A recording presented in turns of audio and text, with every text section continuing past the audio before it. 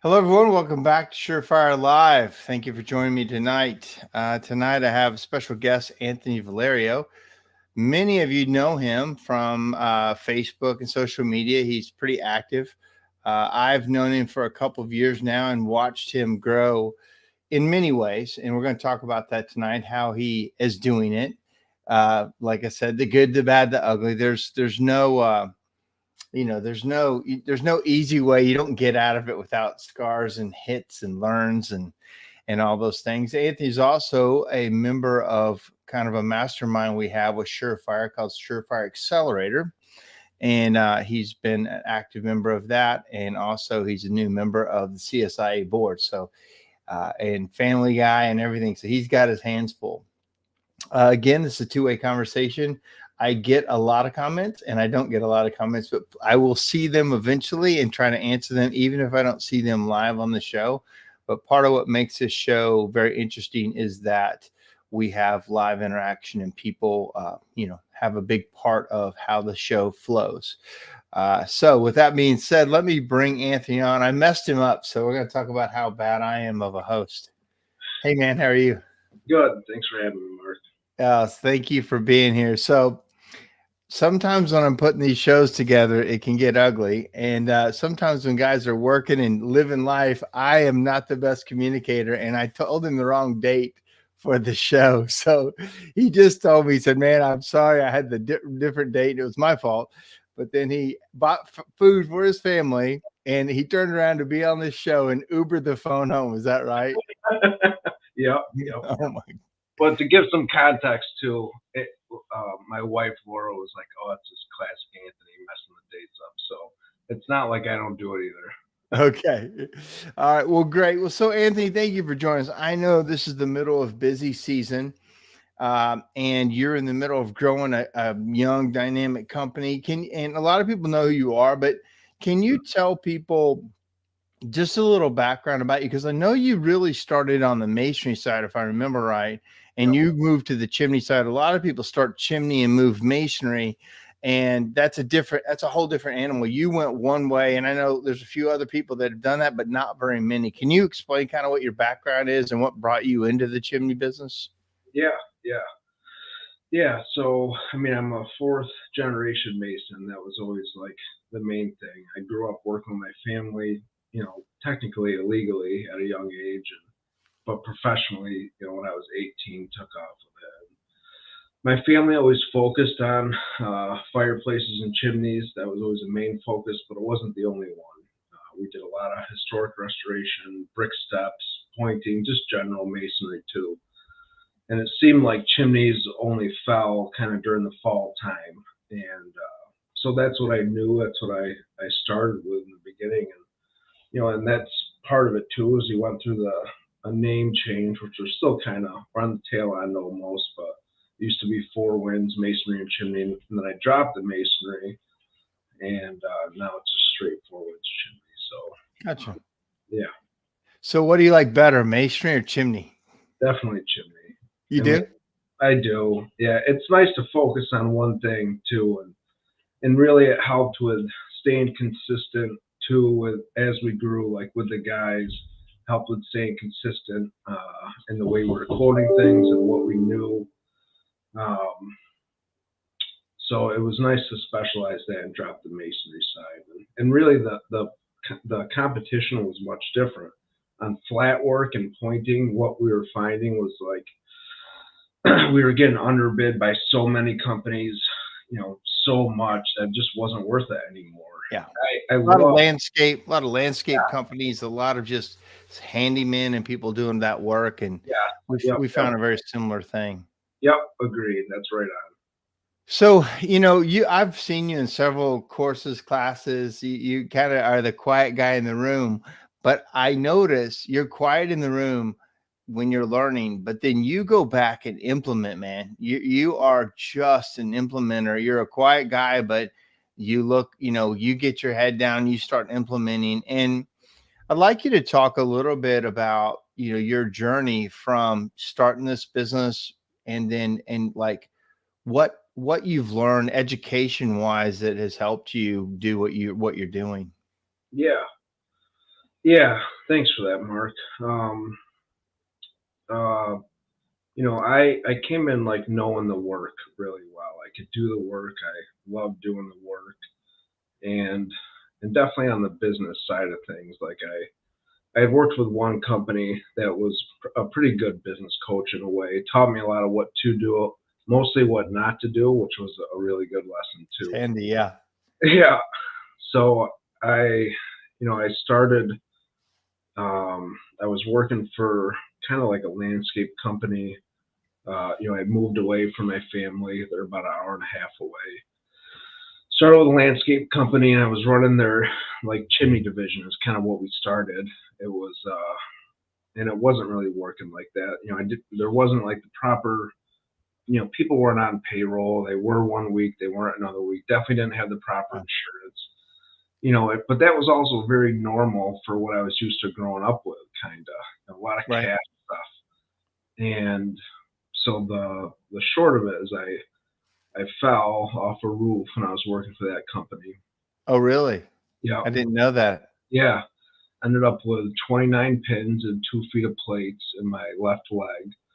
And the bigger thing was that was 5 days before my wife had breast cancer, which she's beat and everything, but she had Wow. a double mastectomy scheduled. Oh, And wow, my so God. I went from like being like I'm supposed to be the caretaker to nothing. I mean, I was under the table, so there was no real money coming in, and I was couch bound for almost 6 months. She was laid up too, just as much, and I remember just sitting there, and I'm like, went from like feeling like here I am, time to step up, Anthony, be the caretaker, to just being couch bound, and I'm like, I'll never go through this again. I'll never put somebody through this if they work for me. And that was the driving force for us with that. And started up, and it was with, it was. I had a lot of people telling me in the beginning, you'll only make money if you do cash jobs. You're not gonna. You'll see what it's like. Why I couldn't afford the proper insurance. You'll see why I couldn't afford payroll. Just so many like you'll sees of that. If I bought into that, was very self defeating. Wow. It just was a mission to like prove that wrong. And I put post-it notes everywhere in my truck, in my office, of like to prove the you'll see is wrong. And so So you got a little chip on your shoulder a little bit. I do well when it's like that. So I like that. yeah, I found a lot of people in this business, especially, have a little chip. They're like, I'm going to show you that this is going to work. I'm going to show you you're wrong. I remember my dad personally told me, Mark, this is a bad idea. You can't do it. My mom wasn't proud of me. Like that little, that little chip on my shoulder. I'm like, I can make this work. Even later when the business was a real struggle for me, my CFO said, Mark, this isn't really working. You could go work for somebody else or do something else. I'm like, man, I'm going to make it work. So I know that feeling. I think that's a good driving force. I got, because you've talked about too how your family. I don't know if they had failed businesses, but small businesses, right? yes. Yeah, And they did. yeah, yeah, yeah. And then, so I remember And hearing you say that. well, and something like happened to you and happened to me. They got hurt. My mom got sick Yep. and the business collapsed. My brother-in-law crushed his hand in an accident while framing houses. He took a medication that gave him vertigo. He couldn't work anymore.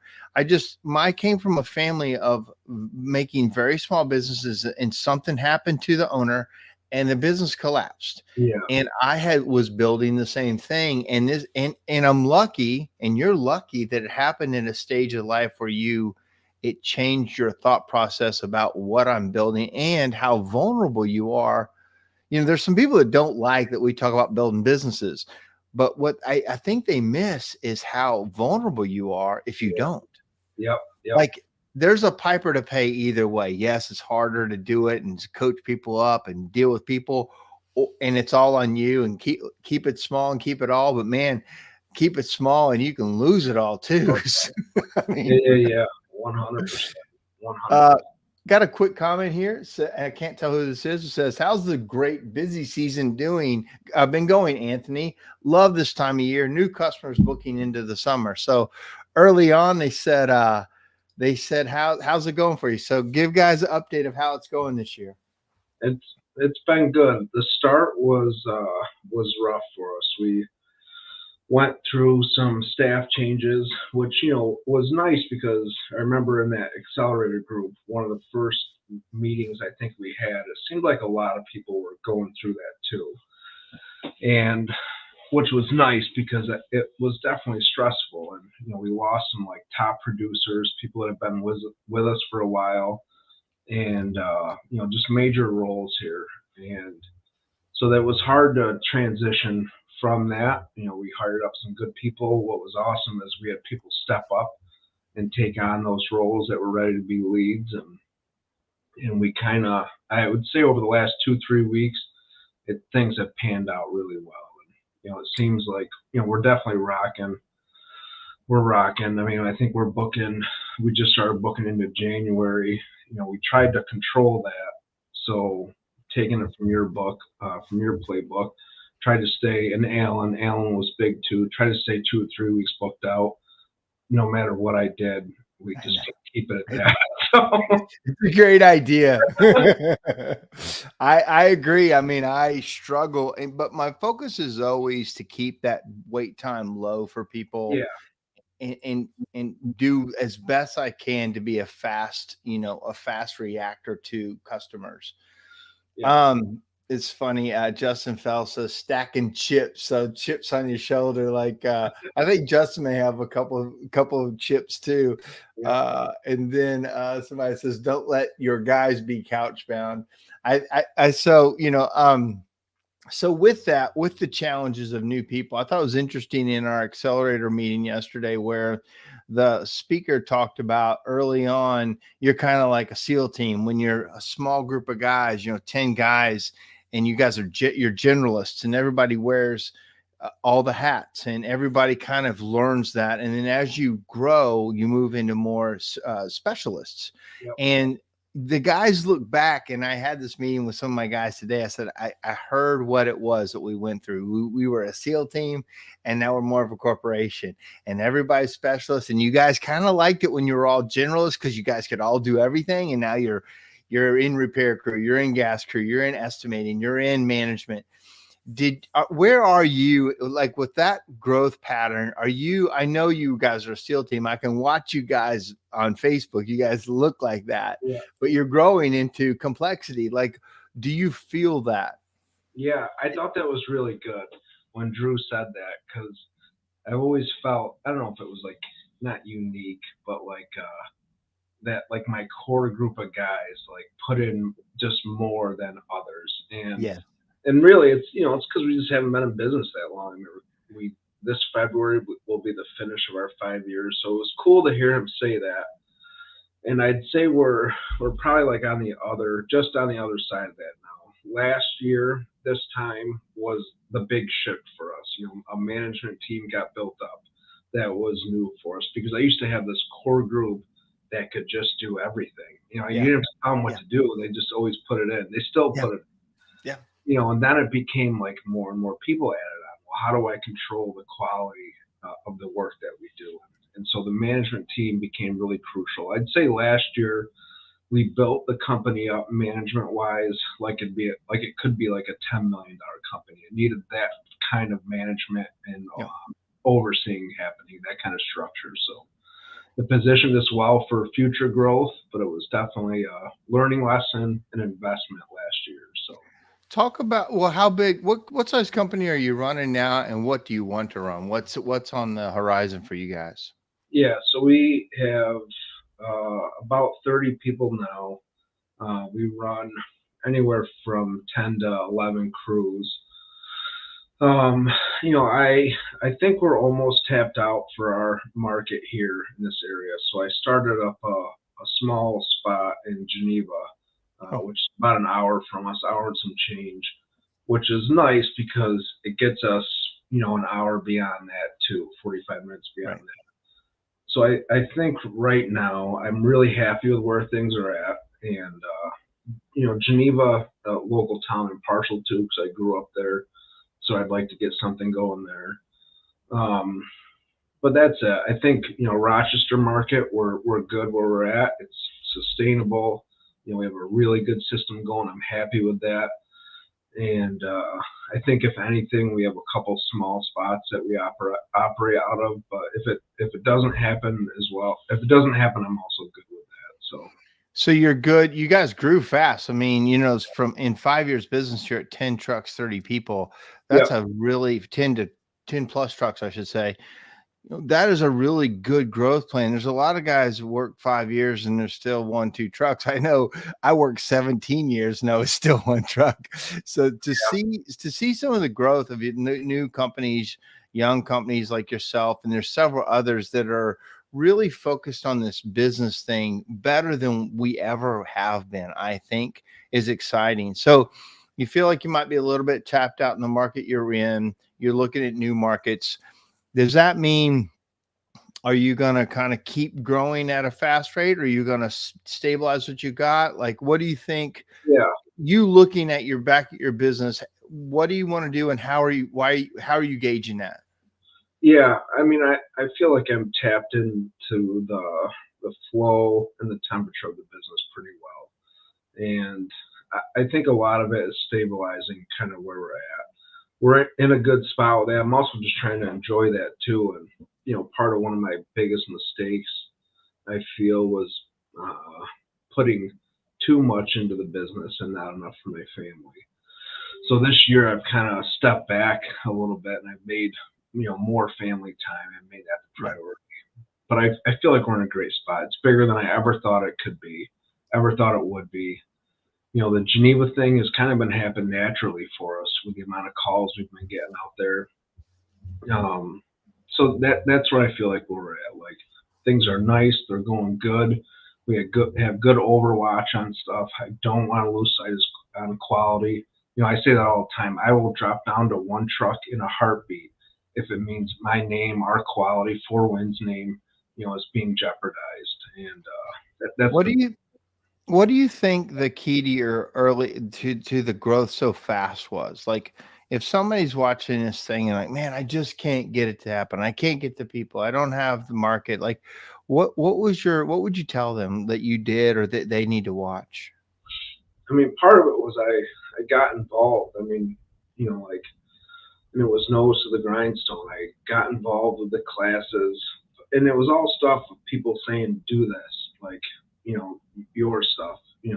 Read books, podcasts, go to the trainings. I mean, I got involved, and that was it. The chips on the shoulder definitely helped. They were like a guiding force. But when you say like, I think it's much easier if you want to today to scale a company up, and just Yeah. with the amount of resources that are available. Yeah.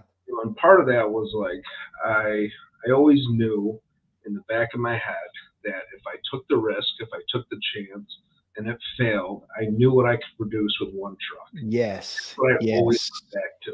And I think that is key. I think you hit it on the head right there, because there's a confidence you have internally that, like, if all else fails, like, I know how to do yeah, this stuff. yeah, And I think the key to that too, if you're listening, is you got to do it as soon as possible. This isn't something that you want to do when you're older. Like, if you at all want what Anthony has, or any people that built their businesses up, if 10 trucks sounds good to you, which 10 trucks was one of my big goals. I remember, I talk about this a lot. I remember one truck, and I saw Jim Brewer had 10 trucks back in early 2000. I'm like, you got to be kidding me.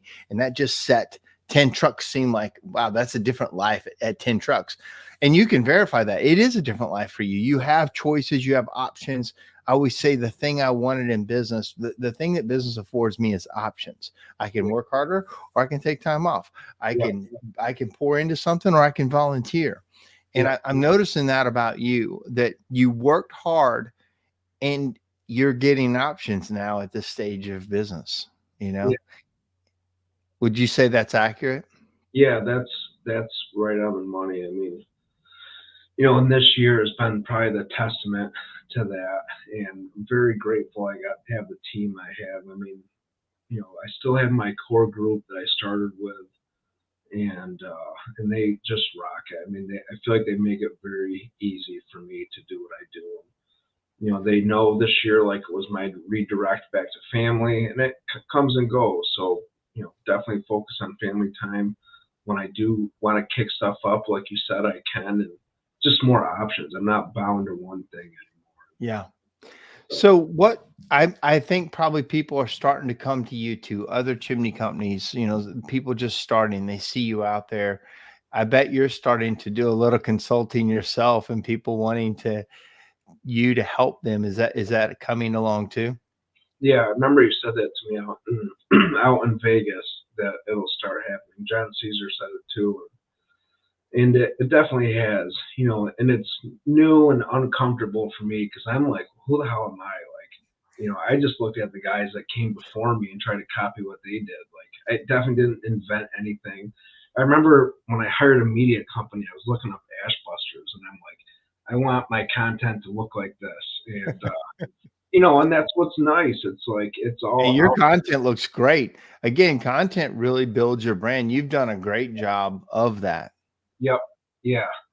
Yeah. That's definitely been a big piece. But same thing. It's been, you know, no need to reinvent the wheel. Like there was companies out there doing it, and I'm like, this is what I want. So Exactly. You're doing exactly to me what the right thing is like, follow and just copy and, yeah, make it your own, but copy the big things, make it your own until you're the leader and then reach back and help the next guy. And to me, it's exciting to see you guys go so fast because I want to see you guys just do whatever you want in life. There's no size that matters. There's yeah, no big or small. It's doing what you wanted to do in this business and not looking back saying, I wish I would have done something different, or I should have done this or shouldn't have done that. Like you're out there doing it and you know the good and the bad of it. So, and I noticed, so on another step, you're starting to go along the entrepreneurial journey and you started another business. yeah, So so tell people what the other business you started as. It seems like it's almost a sister company, but tell yeah. people what you started. So back like when you know we had the masonry side added in, what my family always did in the slow months is they did basement waterproofing, basement drainage. So I'm like, you know, I'll add that on to get us through the slow time. But then there never was a slow time, so it just didn't happen. Right. And so I hired a guy on the chimney side who was an 18 player in the basement waterproofing industry. You know, was burnt out at his last job and just wanted to do something different. Hired him on, and it just kind of naturally worked out. You know, what I liked about it was he was an 18 player. He only wanted to do it if we were installing this certain kind of product. It's a premium product, premium system. And then I also realized kind of in that as much as I love chimneys and fireplaces, I've also learned that I love just kind of just being in business. Like Yeah. I like giving people opportunity. I mean, it's twofold. Like they give me the opportunity to do that, but I love creating an environment that can foster others to hit goals in life. Yeah. And so Storm, the basement waterproofing company, was like that. You know, I believed in like if we're gonna do it, we're gonna do it right and do it the best. And Dave Crawford, the guy that who runs that, does that. I mean, he embodies that, and so that's also taken off. And this February will be a year for that.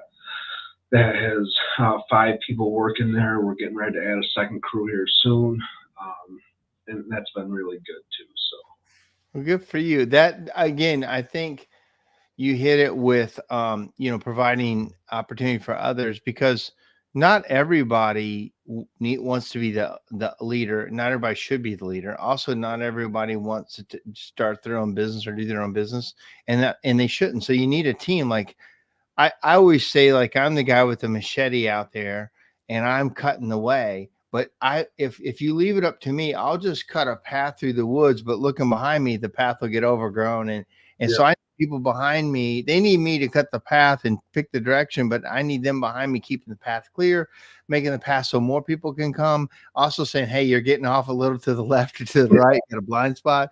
Please change direction. But we need each other. And it seems like that you're finding your sweet spot in leadership and visionary. But Yeah, also, if all else fails, you can jump up and do the 360 tomahawk dunk and lay the brick if you need to. that's right.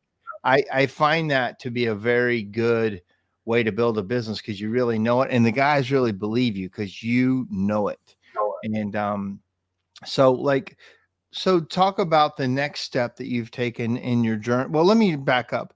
Let's talk about what's the hardest thing about running a business today? yeah, it's weird because like yesterday was one of those days of like, and things are going well too, and but where stuff just gets piled on. I think the hardest thing that I have been trying to focus on now is keeping the culture going here, keeping the vibe, the feeling that I want people to feel working here.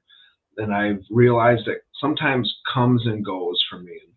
You know, it was different when I had direct communication with guys in the field every single day, because I was constantly talking about where I want Four Winds to go and what it could be like here. And that's what got people bought into that, invested in it. It's different when I'm not in the field like that anymore.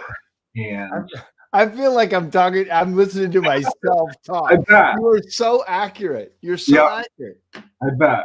And so that was hard for me. And like, I realized I could have an impact. Then stuff comes up, and you're like, well, how much impact am I really having? Or do I even still believe in it like that anymore? And luckily, like through podcasts and trainings I've gone to, like I've seen these bigger businesses not lose sight of that. And I'm like, well, if they can do it, I can do it. And so I go back to what I know works, like be genuine to others, build people up, provide opportunity. And you can see the spark that creates in people. But I'd say that's the biggest, is learning now how, kind of what my new role is.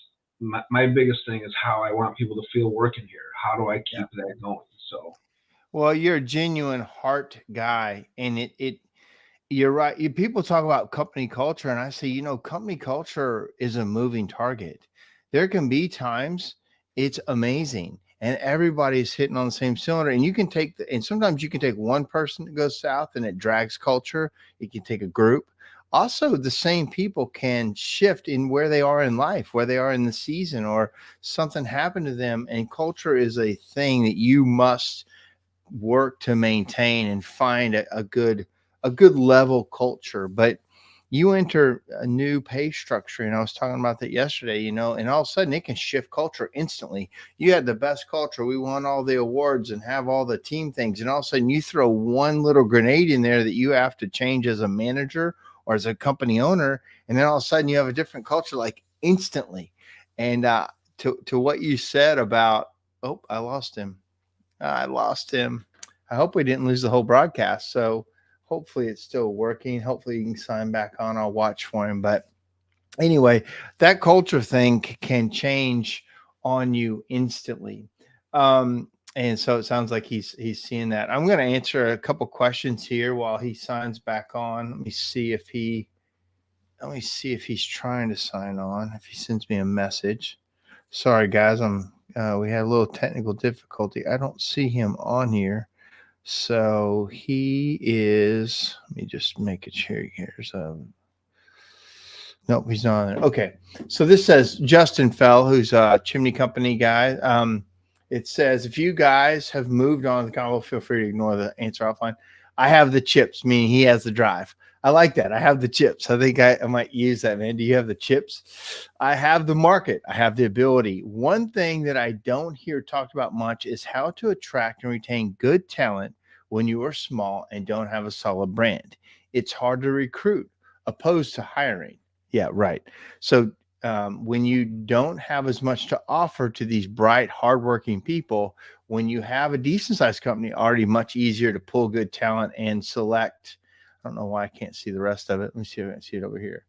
And be selective, I think is what it says. It won't let me see the show. Let me see. I can't see the rest of it. Okay. So That being said, yeah, be selective. So thank you for telling me that. Great topic. So let me just see. Anthony just says, I don't know what happened. Yeah, I don't know. Me either, Anthony. Try the link again. All right.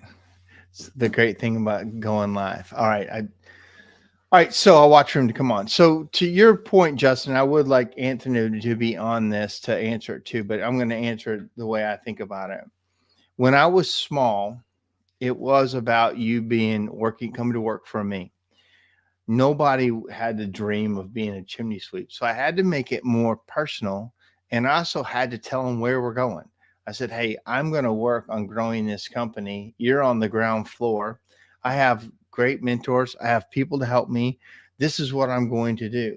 But early on, I lost a lot of people that started their own chimney company because as soon as they learned what I was doing, plus I was working out of my house or my garage or a storage unit, they're like, I can do that. And then also when I would say do a $5,000 job and I'd pay them hourly, say 25 bucks an hour, 20 bucks an hour. Let's just say, I think that was a lot back when I was doing hourly, but they would say make $200 for the day, which I thought was pretty good money, but they bring me a check for 5,000.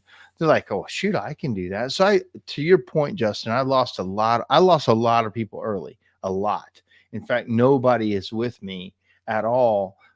I mean, really, I have one guy with me that was here, and he started in 2007. One guy still left from that. All those 20 plus years before that, nobody's still with me.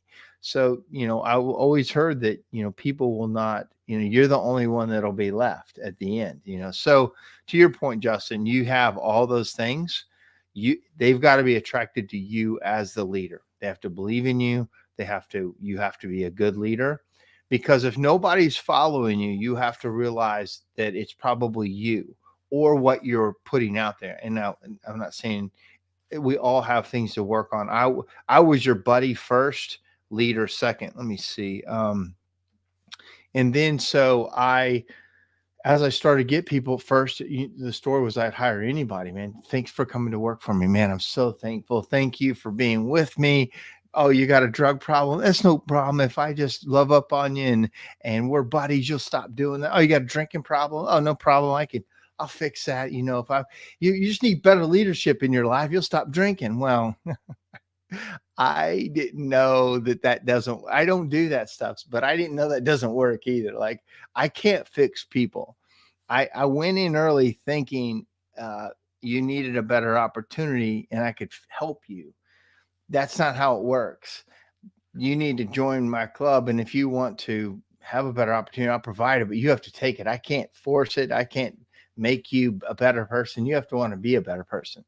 And, then I just, it's dance with the willing, right? You can't force them to do it. So to your point, Justin, it's still very frustrating at your size, and you do have to get some momentum. So your main thing is getting momentum, figuring out how to do it, bringing the people on, read all the books, all the leadership books, all the self-development books, read those things, because by the time you read it and it becomes you may have missed several good people coming along because you didn't have these skills.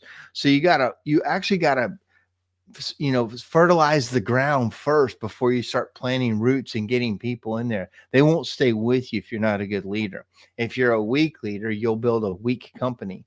I was just speaking to a person in our industry that's well known, and he's going to talk about this maybe in a couple months when things settle down with the situation he's going through. But he's working with a company, and he noticed that the leadership made sure everybody that worked for him was kind of on a low level. They were pushed down. They were below him and didn't know as much as him. So he was the king leader. Well, you'll always have a very weak company if you will not grow leaders. And ideally, you get a lot of people better than you in all these different areas, and then you have a really strong company. If you're always the smartest guy in the room, the toughest guy, the best at everything, well, you're not going to grow a great company. If you grow a bunch of leaders and you become fans of them, you see how great they are at stuff, man, you've got something. And so just understand leadership before you before you try to leave. Oh, looks like he's coming back. Here he comes. Hey, stranger. Yeah, everything dropped, even my phone. Oh, wow. Yeah, you must have some kind of outage. Yeah, Um, well, is everything good? You still good? yeah, It's still you're glitchy, so hopefully it'll work.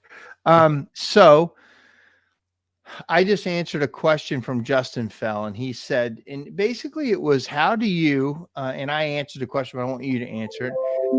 When you're real small, how do you attract and retain talent when you don't have the solid brand? You don't have all the glittery and shiny stuff. You're just the guy starting. How did you get a team that built and stayed with you and stayed behind you as you grew it? yeah. That's definitely a good question.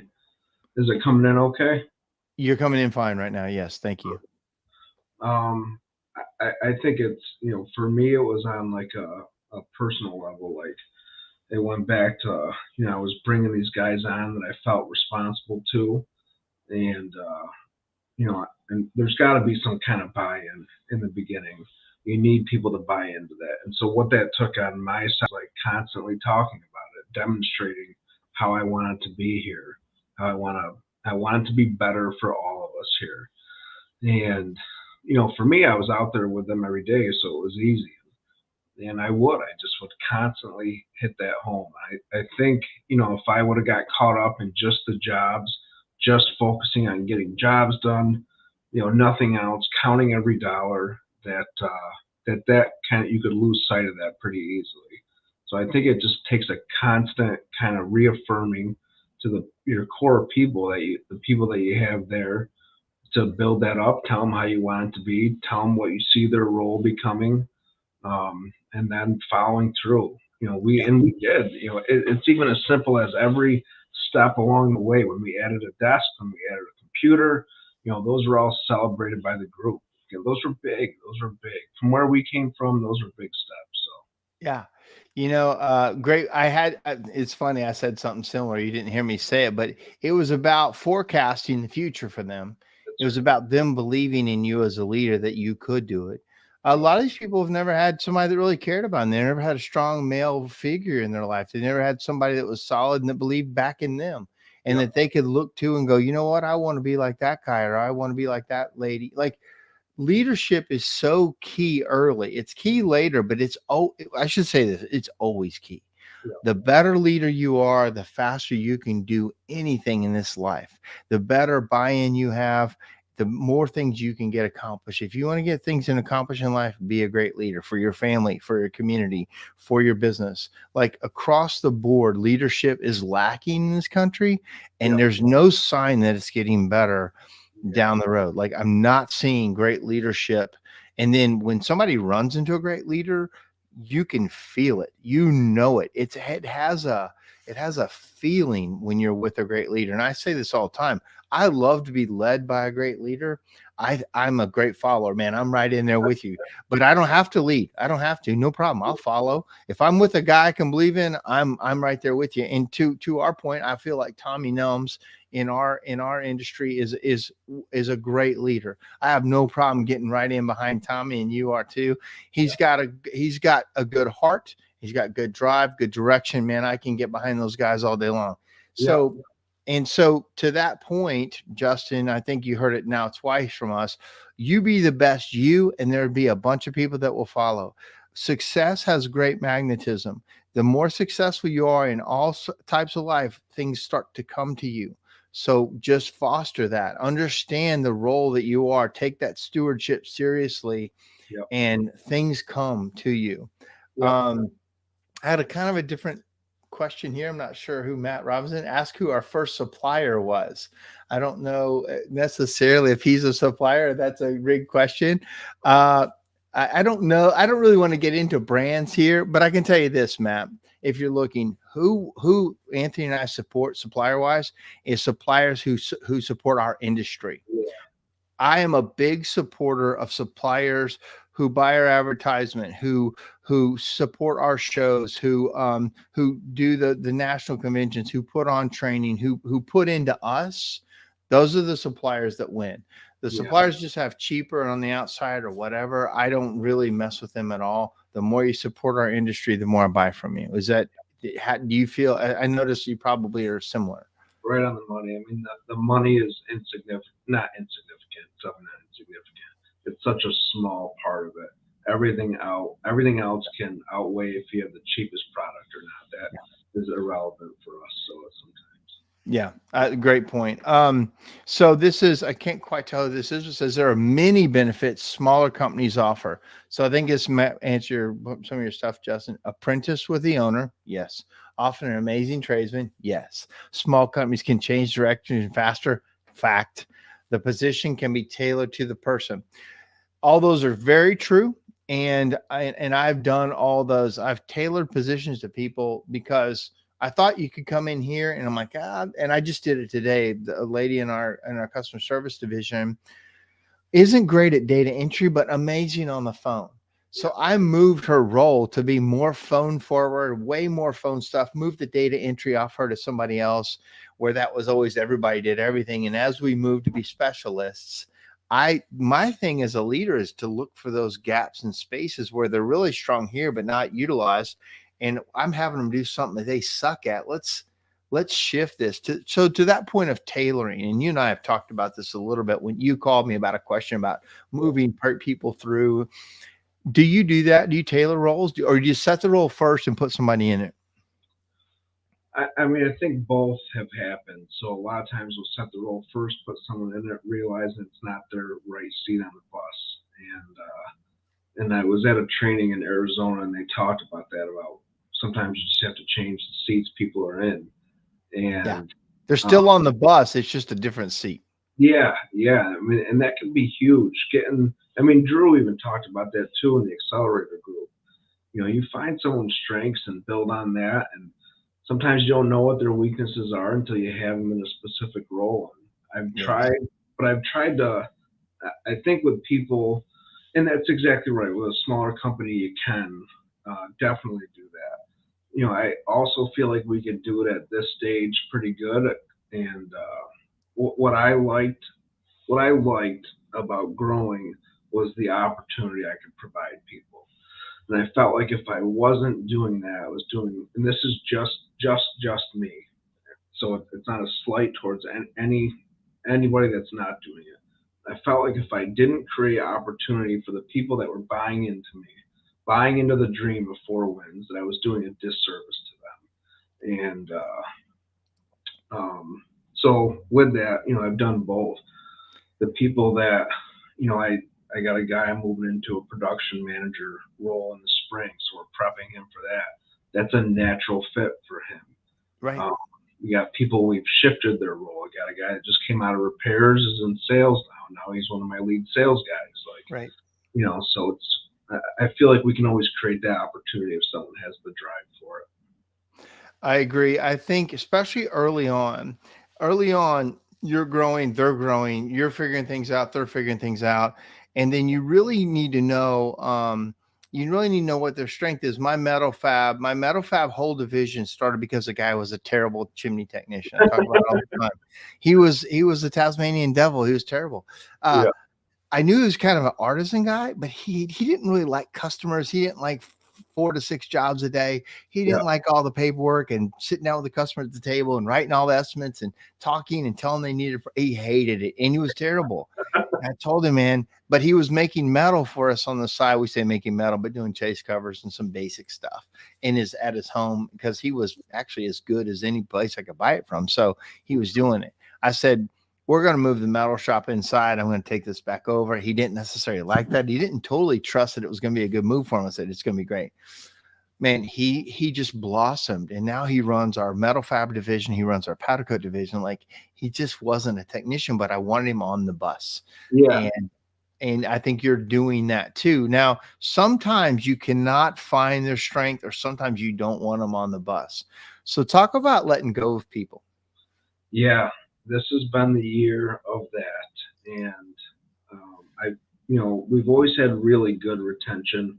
There's been a couple along the way. This year was, for us, was big. I think we lost 5 or 6 people this year, and um, I definitely hold on too long, and it's not unfortunate because definitely heard you talk about it countless times. I've heard it, I've read it, that when you get rid of that toxic person, how you just see other people step right up, and that's been obvious too. Like, so I knew that while it was all happening, but I hold on. I'm like, man, if he could just buy in, if he could just like, if that could just happen, and then same thing. Well, maybe I'll create a role for him that doesn't really deal with the people, and I try to cater and cater and cater, and it's nothing against the individual at all. It's just doesn't jive with what we're trying to do here. I And just found it hurts the people that are when I do that, and man, I have been, God, I feel like you're me like 10 years ago. What you're saying is, and even now you said you're doing the same things I run into, but I think when we lead with our heart and we want the best for people, we tend to make those things up in our brain yeah, that we can fix it because we're good at fixing things.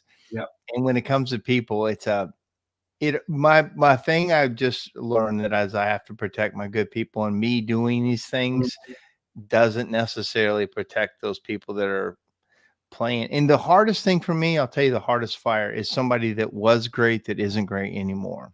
Hmm. And I still believe in what they did, and I still believe in the battle they fought for me. Yeah. Yet that time has come and gone. It's like an old quarterback for the, like, man, we won Super Bowls with that guy, but Yeah. he's not the same dude. And the businesses moved on, maybe left them where they were a superstar, like they were a high school superstar athlete. They were great when Ash Busters was 10 years old, not when we're 30 years. You know what I mean? Like, that's the hardest for me, is letting go of those people who put in real time and fought real battles with me. Yeah, that's right on. That's cool to hear you talk about that because that's I definitely went through that this year because a couple of them have been with me, were with me for a while. And Yeah, they're so part of that SEAL team, right? They were yeah, in yeah, there, man. yeah. They Those were low crawling with you. They were hauling that mortar. They were yeah, there. 80-hour weeks, like all of us putting it in together. And so and I feel like that's double sided. So it's like one, I also am grateful that I recognize that in people, and I'm that kind of person where I'm not going to lose sight of what somebody devoted to the company, devoted to me. On the same side of that, I really liked how you said you have to protect your good people, and that is it. And and so what we found this year is that getting rid of some people naturally leaving, created. I mean, we boomed afterwards because so many people stepped up. Plus the morale was better too. Like, it went back to like what it's like working here. It wasn't like what it's like working here for 95% of the people, but then this person we just make the exception for. It's like back to what works for us. So It's tough. It is super tough when somebody no longer fits, or there's an issue, or they need to move on, and they won't because they're committed, but yeah. they're toxic, and or just not. I say this a lot. When somebody says I liked it back when we were smaller, it's a sign that they're about out of bandwidth to go to the next level. It's a bad sign. They Yeah. think they're saying it in a way that makes me reminisce. But if I'm a forward looking company, I don't think like that. I can say, yeah, but we had problems back then too, Oh, man. I mean, we were working the 80 hours. Remember, we yeah. decided we were going to fix stuff so we don't work the 80 hours. Yeah. Like, we decided to fix stuff so we do have a different opportunity when we're 20 years older. Like, I appreciate that, but understand, if this is working, it's Yeah. working. Our lives are changing. But yeah, it's different. I always say you have headaches instead of backaches. You change the aches, but Yeah. they're there. Yeah. So, guys, we've got about 10 more minutes with Anthony. He has been super great to forego certain things. Food is one, and to share with him. To me, dude, you're just so real and relatable that I really appreciate how you do things. And I just recently got to know you. I see you in and out of certain things, but I never really got to talk. We talk a little Yeah. bit, but like I said, you go back and get on it. So If somebody is watching you tonight, said, "Man, I want to do what Anthony did."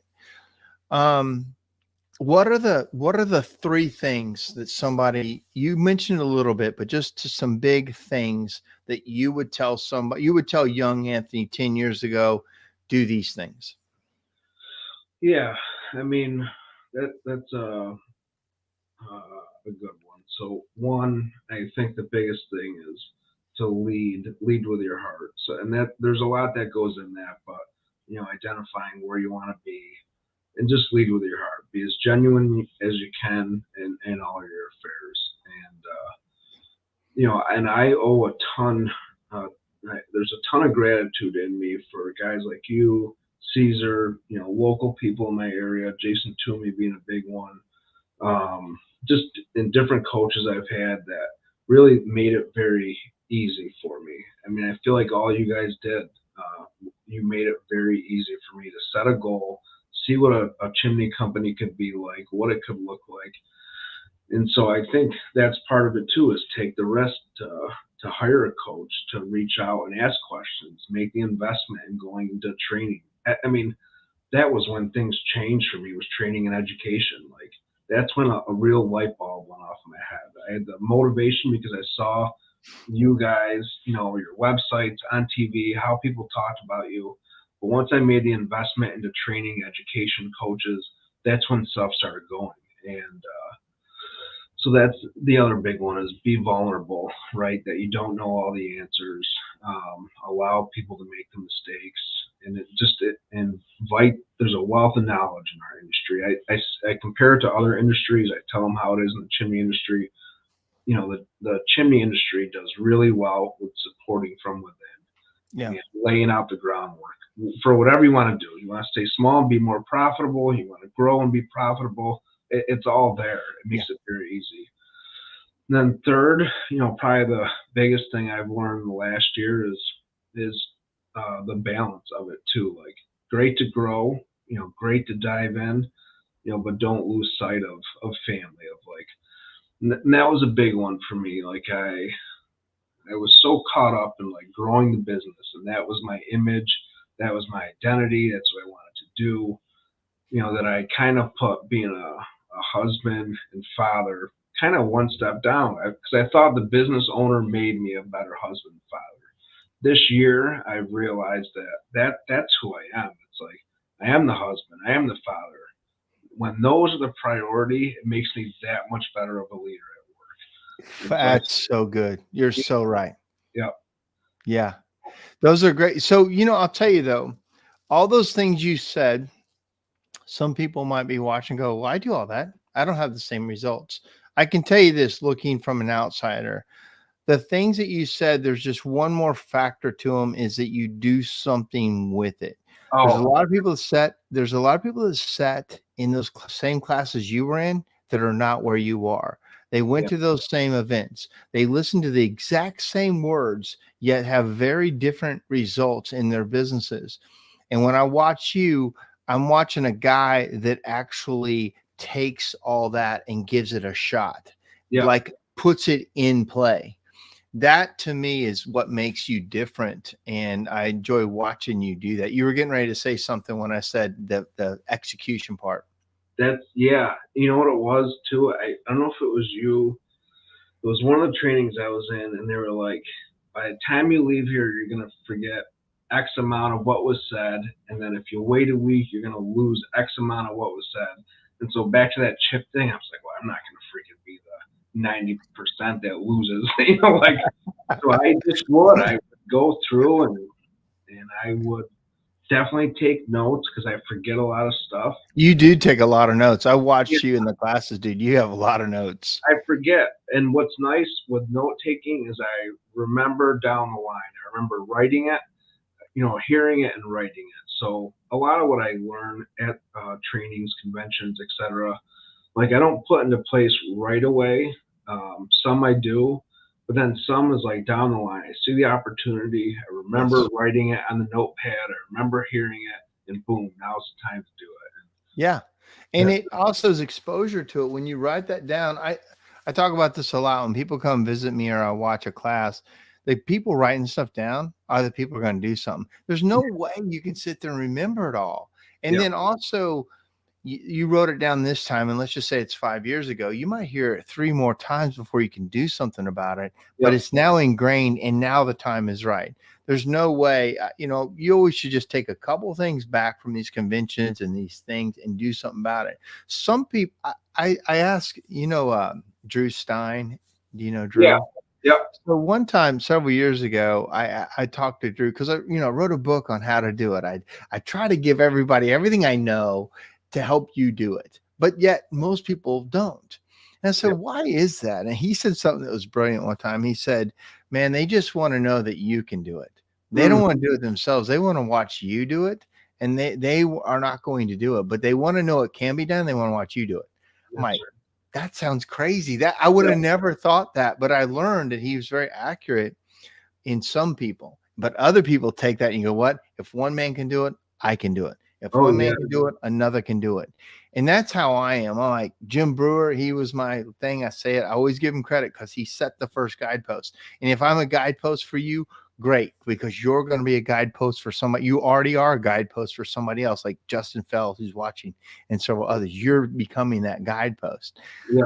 Awesome. I mean, that's what we're here for, right? We're guideposts, and then till we plant the flag in the field of battle, and we're done. And man, go guys! Here's where I went to. You guys go. That's great. Couple more things. Justin says great stuff. Amen. Right person, right seat. Yeah, totally it. And like you said, sometimes you cut a seat in half and make a thing. Don't do it too much. Don't make too many rules like he said, because sometimes you can try to put a toxic person somewhere so they're not too toxic. Matt, the guy who asked the question. So thank you, Matt, he said, that's okay. I appreciate the answer. Also, all leadership knowledge experience is awesome. Thank you guys. And then Matt knows Drew Stein. So, okay. So Matt, I don't know you. I'd like to get to know you. Obviously you're in the business. So, so great. Well, man, we're wrapping it up. Anything else you'd like to, what do you got planned for the holidays? What are you guys going to do? Oh boy. So, well, work-wise, I mean, we got a little potluck Thanksgiving meal we're doing here this Friday. Off that Thursday, Friday, Saturday, Thanksgiving. And then my wife, because I wanted to buy a new snowmobile, she was like, well, the only way that's going to happen is if we go to Disney. So that's what we're doing, December 8th through the 16th. Give and take. Yeah. So that's it, man. Just, I give everyone that week off, Christmas, just before Christmas Eve till after New Year. So that's our downtime. Oh yeah. We focus on family and that's it. So spend time with family, definitely eat good food and just be present. So yeah, be present. That's good. Yeah. That's really good. That's the challenge, man. Be present. Yeah. Man, thank you so much for your time. Go eat your cold ass food and enjoy your great family. And I appreciate your time. Appreciate what you do for this industry, and keep up the good work, man. Likewise. Thanks, Mark. It's definitely an honor being on here. I appreciate all you've done for me and others. Yeah. So goes both well, ways. Dude, you make people proud. So Cool. Keep up the good work. Thanks, man. Have a good night. You too. I hope you enjoyed that as much as I did. I got a little teary-eyed. I love talking to real guys, and I think that's interesting about our industry. It's a lot of real guys out there just trying to make it happen, taking the punches, getting the hits, trying to celebrate the wins, and not hurt us too bad while we do it. Hopefully we're all learning. So thank you guys for all your comments. Thank you for being part of this show. We will do it again next Tuesday night before Thanksgiving. I actually will leave on Wednesday to go see my family up in Indiana. Excited to see that. Hope you guys have plans and enjoy your time. Make sure you take care of yourself, and we will talk to you next week. Thanks, guys. See you later. Bye.